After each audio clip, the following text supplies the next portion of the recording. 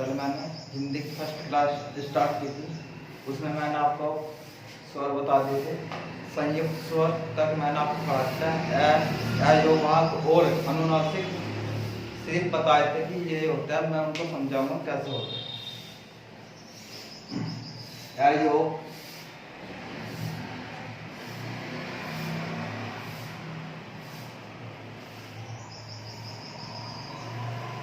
योग भाग, योग भाग में तुम्हारे दो वर्ण आते हैं, एक अन और योग भाग होता क्या है? योग भाग का अर्थ होता है कि किसी के साथ इन दो शब्दों का योग न बनो। कहने का मतलब ये है, हिंदी वर्णमाला को दो भागों में बांटा था हमने, स्वर और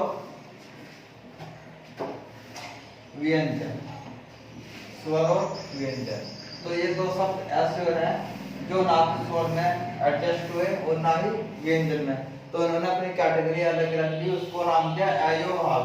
क्वेश्चन बनता है कि बताइए कि हिंदी वर्णमाला में कितने वर्ण अयो भाग अयो वाह है? तो दो वर्ण होते हैं अयो वाह वर्ण में।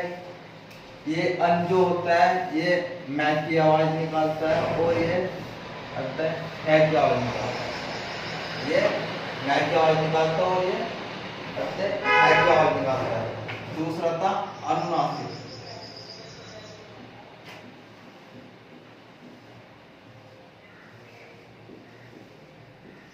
अनुनासिक स्वर, अनुनासिक स्वर मैंने आपको ये बताया था, ये अनुनासिक जिसको चंद बिंदु बोलते हैं और अनुनासिक स्वर भी होता है। इनका उपयोग क्या करते हैं? जैसे गंगा, गंगा, चंदन, चंदन और इसमें गंध। तो ये मैं अन्य जो होता है इस अंक के स्थान पर, अंक के बिंदु के स्थान पर हम अंदर अदन का प्रयोग भी कर सकते हैं। चंदन इसको ऐसे भी लिख सकते हैं, और गांधी इसके स्थान पर हम अदन का प्रयोग नहीं कर सकते, गांधी को हम ऐसे नहीं लिख सकते।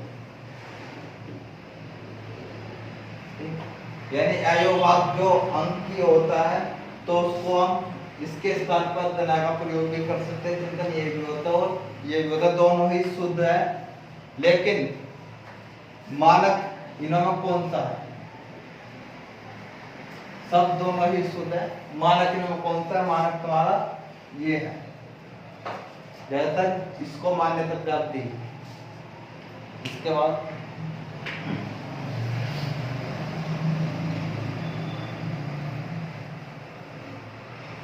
अनुनासिक और अयो भाग और अनुनासिक स्वर करती है।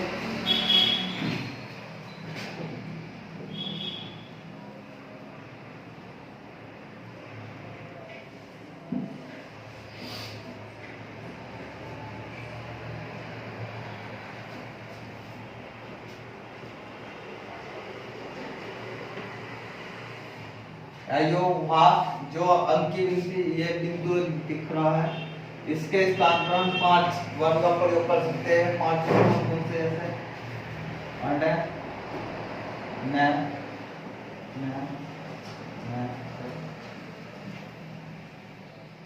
इन 5 वर्णों का प्रयोग कर सकते हैं। यानी ये बिंदु है, इसके स्थान पर इन 5 का भी प्रयोग कर सकते हैं। कैसे? जैसे पहला शब्द हो गया गंगा,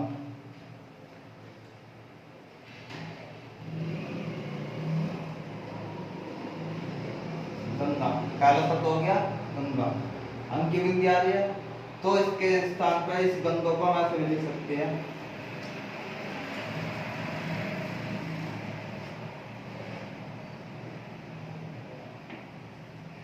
गंगा ऐसे भी लिख सकते हैं। जैसे दूसरा शब्द हो गया चंचल, तो चंचल को हम ऐसे लिख सकते हैं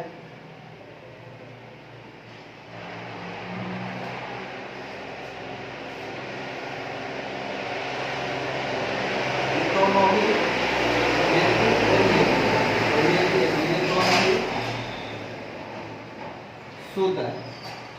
उसकी बात होती है मानक।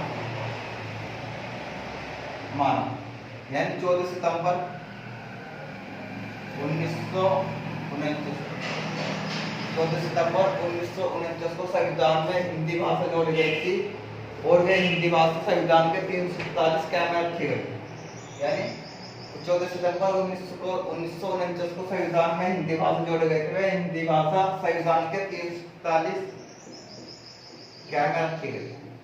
तो इसका मतलब ये है जब ये भाषा जोड़े गए थे संविधान तो उसमें मानक शब्द यानी जो जिनको मान्यता प्राप्त हुई तो उसमें 1949 में गंगा जो शब्द होता है गंगा को ये मान्यता प्राप्त और चंचल को ये। तो अगर पूछ ले शुद्ध कौन सा शुद्ध तो गया, लेकिन उन्होंने मानक गंगा ये वाले, चंचल ये वाला। ज्यादातर हम प्रयोग ये नहीं करते क्योंकि इनको टाइपो लिखने में बहुत दिक्कत होती है, लेकिन शुद्ध दोनों है। लेकिन मानक पूछ ले तो मानक ये है, गंगा मानक हो गया और चंचल मानक हो गया। अयोपाक और अनुनासिक आपको दोनों हो गए।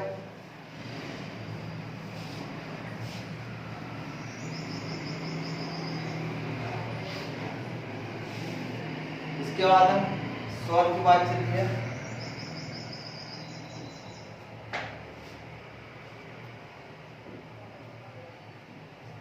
जीव के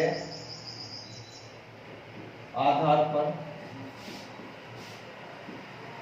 स्वर को कितने भागों में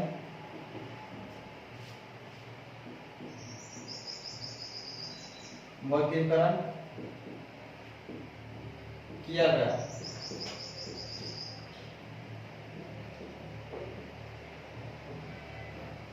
यानी स्वर की बात चल रही है तो जीव के आधार पर स्वर को कितने भागों में बताया था। वैसे स्वर को 3 भागों में बांटा गया है, दीर्घ, हर्ष और संयुक्त। लेकिन अगर जीव के आधार पर बोले तो जीव के आधार पर इनको 3 भागों में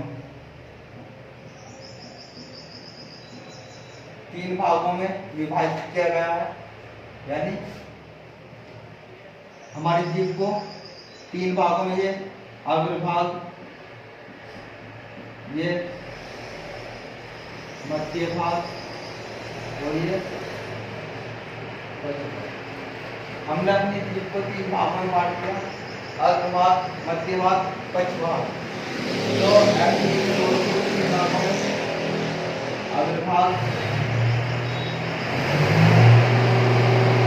मध्य भाग और पश्च भाग। तो इसमें कंडीशन नंबर बताइए कि अग्रभाग में कौन कौन से स्वर आते हैं।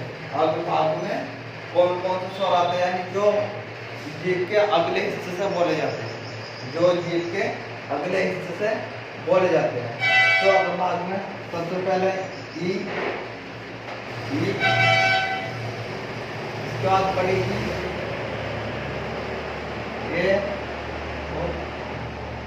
ये चारों स्वर अग्रभाग में आते हैं। इसके बाद पश्च भाग में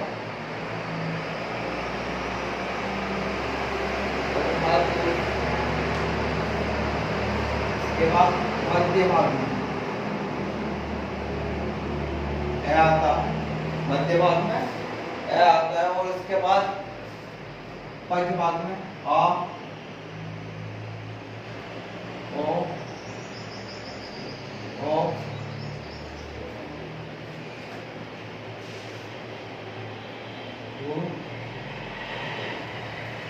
ये पांचवा पश्च भाग में आते हैं। यानी जीव के आधार पर स्वर को 3 भागों में वर्गीकरण किया गया, अग्रभाग, मध्य भाग, पश्च भाग। अग्रभाग में ये चारों बनाते हैं, ई, छोटी ई, बड़ी ई, ए। मध्य भाग में ए और पश्च भाग में आ, ओ, उ, बड़ा उ।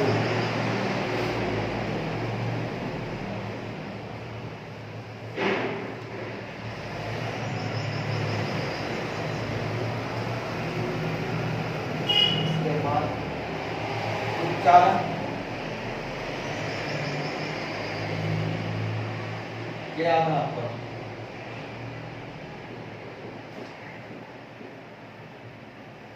उच्चारण के आधार पर स्वर को कितने भागों में बांटा गया है? उच्चारण के आधार पर स्वर को 5 भागों 6 भागों में बांटा गया है। 6 भागों में बांटा गया है। नंबर 1 कंठ, नंबर 2 तालु, नंबर 3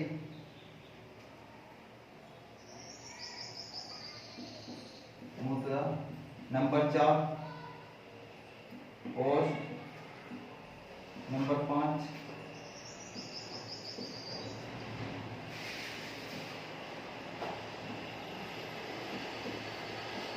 कंठोष्ठ,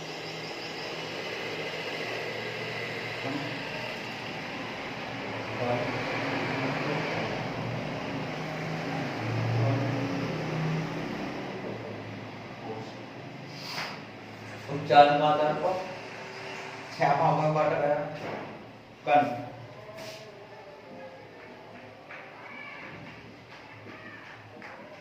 कंठ होता है हमारा गला। वे कौन से जो अपने गले से बोलते हैं वे कंठ भाग में आते हैं, जैसे ये ये तीनों ही उच्चारण का आधार पर कंठ में आते हैं। कंठ यानी जो हम गले से बोलते हैं, हमारे गले से आवाज निकलती है। इसके बाद तालु, तालु ये होते हैं जो ऊपर से बोले जाते हैं, उसमें ई और बड़ी जो हमारे ऊपर का जो हिस्सा होता है हमारा के उसको तालु बोलते हैं। मूर्धा, पहले ओष्ठ देखते हैं। ओष्ठ यानी जो हमारे होठों से बोले जाते हैं, छोटा बड़ा। मुद्रा में ऐसे ऋषि आता है और ये वाला, ये दोनों मुद्रा में आते हैं। कंठ तालु, कंठ तालु होते हैं जो कंठ से भी और ऊपर जीभ भी लगते हैं, उनको कंठ तालु बोलते हैं। जैसे ये कंठ ओष्ठ यानी गले से आवाज निकले और होठों का भी प्रयोग हो। ओ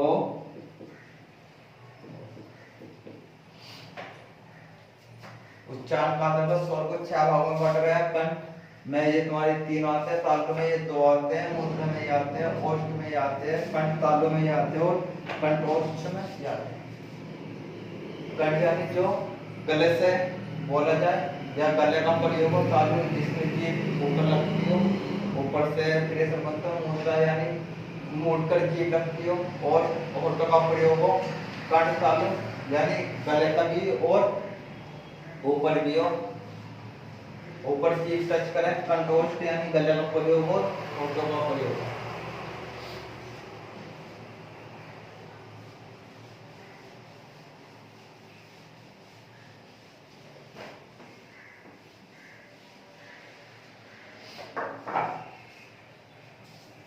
इसके बाद आता है आपका आगत स्वर।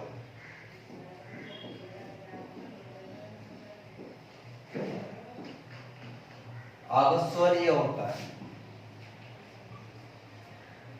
ठीक। अगर इसमें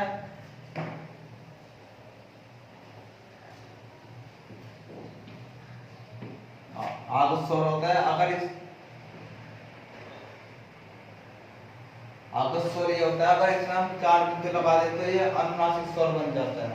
अगर अंकी बिंदु नहीं लगाते तो आगत स्वर होता है। आगत स्वर ये फारसी भाषा का शब्द है।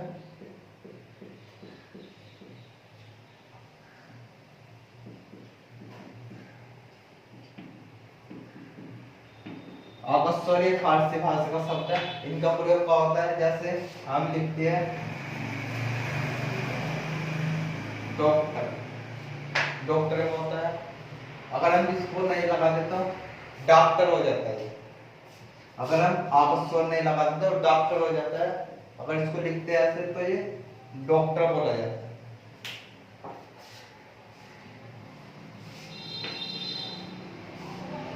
स्वर कंप्लीट हुए, मैंने बताया हिंदी मालूम है तुम्हारा एक टॉपिक है स्वर, और कल आप तो ये स्वर कंप्लीट हो गए, कल आपका हिंदी स्टार्ट करेंगे।